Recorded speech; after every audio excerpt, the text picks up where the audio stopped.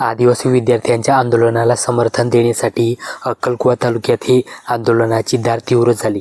नवीन शासकीय वसतिगृह JR मधील विद्यार्थ्यांना अमान्य असलेल्या अटी रद्द करण्याच्या मागणीसाठी अक्कलकुवा पोलीस स्टेशनसमोर अन्नत्याग आंदोलन सुरू करण्यात आले.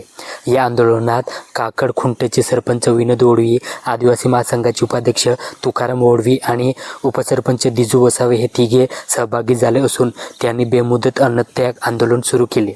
आंदोलनकर्त्यांच्या म्हणण्यानुसार राज्यातील दुर्गम व अतिदुर्गम भागातील आदिवासी विद्यार्थ्यांसाठी शासकीय वसतिगृह ही शिक्षणाची महत्त्वाची आधार व्यवस्था आहे. त्यामुळे नवीन JR मधील विद्यार्थ्यांना अडचणी ठरवणाऱ्या अटींचा पुनर्विचार करून विद्यार्थ्यांच्या हिताचा निर्णय घ्यावा अशी मागणी करण्यात आली.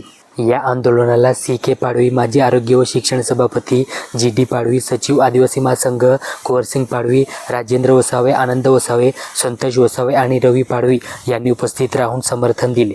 आंदोलनकर्त्यांनी शासनाने नाशिकमधील विद्यार्थ्यांच्या आंदोलनाची तातडीने दखल घ्यावी आणि त्यांच्या मागणीवर सकारात्मक निर्णय घ्यावा अशी मागणी केली. आदिवासी विद्यार्थ्यांच्या शैक्षणिक हक्कासाठी सुरू झालेला हा संघर्ष आता अक्कलकुवा तालुक्यातही पोहोचला असून प्रशासन या आंदोलनाची दखल घेऊन काय निर्णय घेते याकडे सर्वांचे लक्ष लागले आहे.